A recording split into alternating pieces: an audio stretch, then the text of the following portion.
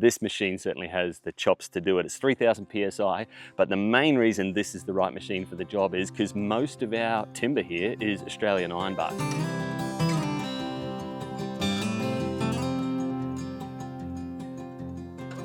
So I normally try to make these videos kind of around a project or really topical, something that relates to homesteading. But you know, every now and then there's just a week where you've just got to get a whole bunch of regular, ordinary chores done. And this is definitely one of those weeks. So you're coming along with me.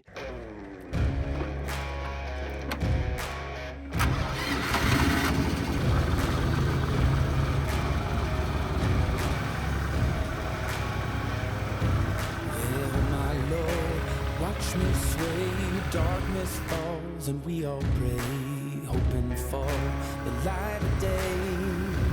Down to the river, I have held the devil's hand, felt the weight of my sin, burdened by the heart of man. Down to the river, down to the river. Oh, bury me, carry me up.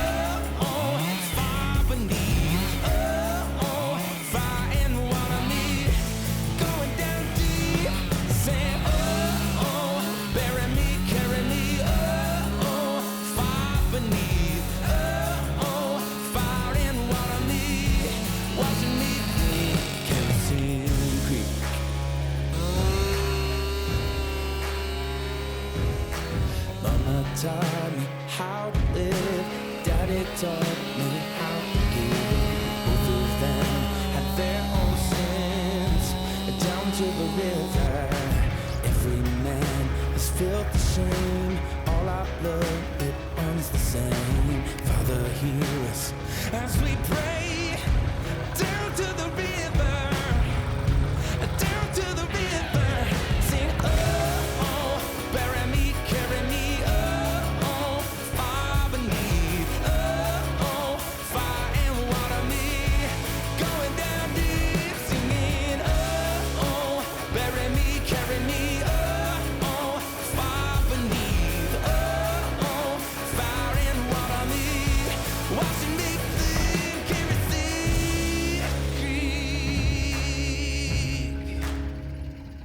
All right, if you're a chainsaw person, you probably saw that chain was really dull, so I was kind of hammering down on the end of the bar there just to get through those couple of logs. I probably should have sharpened it before I started, if I'm being honest. But I'm a bit new to the world of chainsaw sharpening. Like, I've got plenty of hours actually on the saw itself, but probably like any newbie, the sharpening is still one of those things that just, you know, does my head in a little bit. I'm getting okay at it, but chainsaw guys out there, or girls, give me your tips. What's the best way to get good at this? Because I know that I watch videos of guys doing this in the field and they're really quick.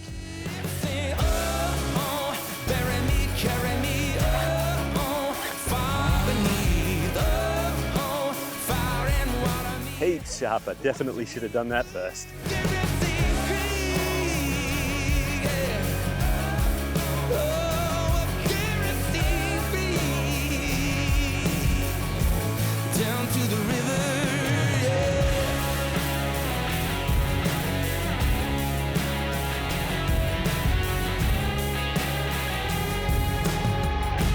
Down to the river. All right, well, that's a pretty good start. I'm maybe only a third of the way through this pile of logs, and I've got heaps more logs around the property that we could be choosing from as well, but I want to see just how far this goes. Now, what I was doing while I was cutting them up is separating them into two types. So we've got all the dead and dried and aged stuff here in this pile, so that's what we're going to split.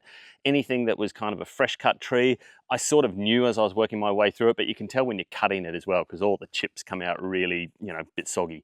And so all of that stuff went over that side. So let's fire up the wood splitter and get a whole bunch of timber split. So this is the log splitter. It's a red gum Australian machine. Now this is Kirsty's dad's machine. So my goal with it, while we've got it up here at our place, is I want to process all our firewood that we need for the rest of winter, so for another couple of months. And this machine certainly has the chops to do it. It's 3000 PSI, but the main reason this is the right machine for the job is because most of our timber here is Australian ironbark. It's one of the hardest timbers in the world, and it's incredibly hard to split. You're going to see when I fire this up, the grains in the timber are real wavy. So there's just, you're not doing this with a hand splitting axe, and you're certainly not doing this with a cheap cheap Chinese log splitter. So we'll fire this up and get a pile of firewood split.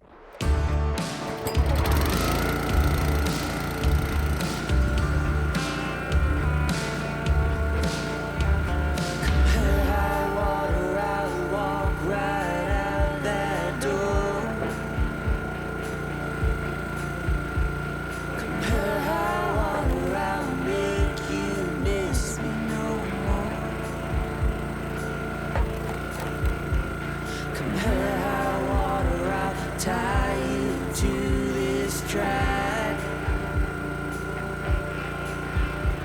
Compare high water, I'll leave you and never look back. Someday you'll come running, somehow rivers calling, you'll see I'll be longing, I'm free. Come hell or high water, I'm gonna make you love me.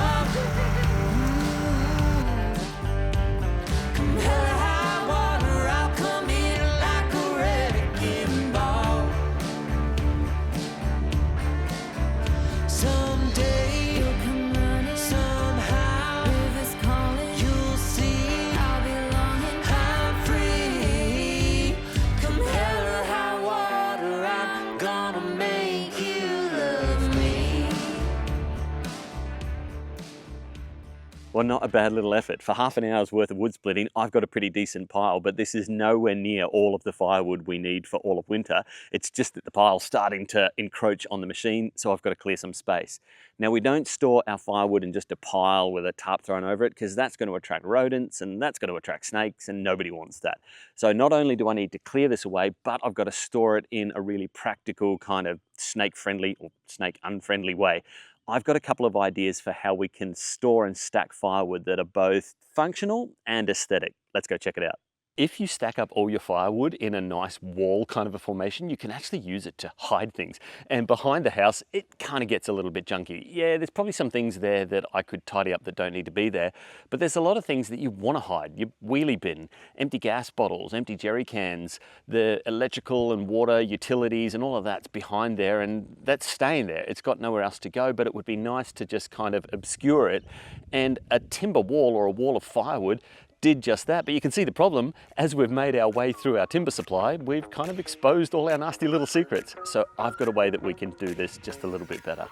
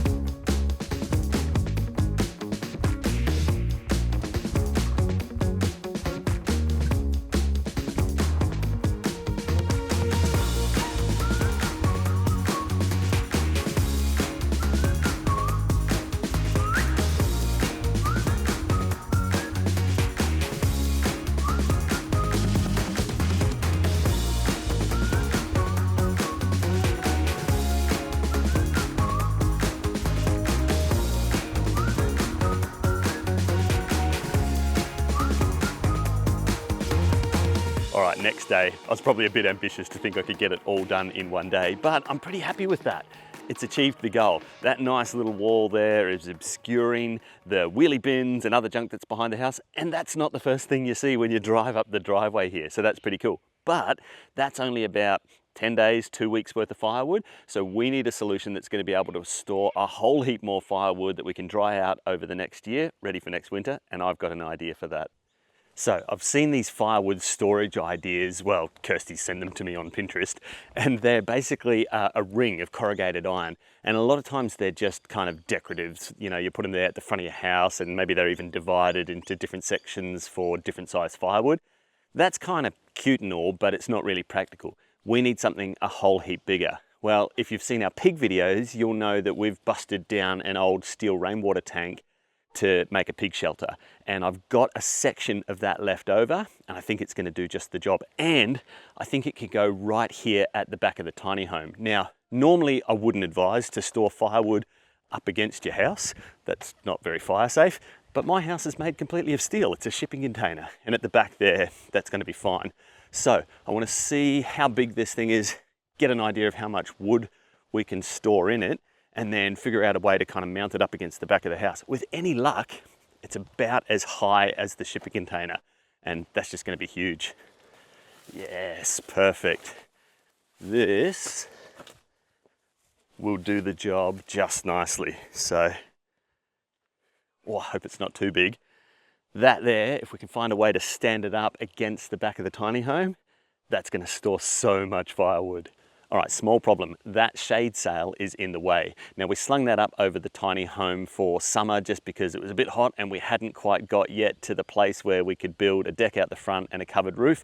Hopefully we'll be there in time for next summer, but we don't need that anymore and it's right in the way. So let's get that taken down first.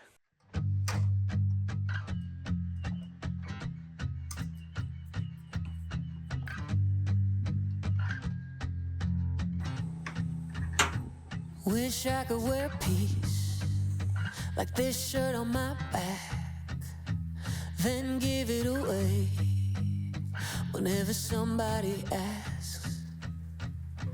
Every time I try, I catch myself reaching for it from someone else. Why is it so hard to hold on to? Maybe I'm obsessed with a hurried rush.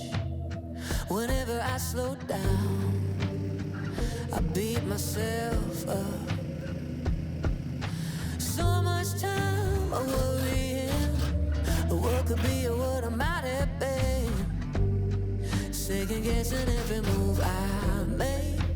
All right, let's fill it up. I wanna trust myself, love myself, believe in myself like I used to. I wanna trust myself, be enough for myself, ring my own bell like I used to. Been out of the game a little too long, afraid so much has changed that I'll do it all wrong. Part of my heart's grown cold within, gotta find a way to feel the heat again, but I don't know where to begin. Oh, I wanna trust myself, love myself, believe in myself like I used to. I wanna trust myself, be enough for myself, ring my own bell like I used to.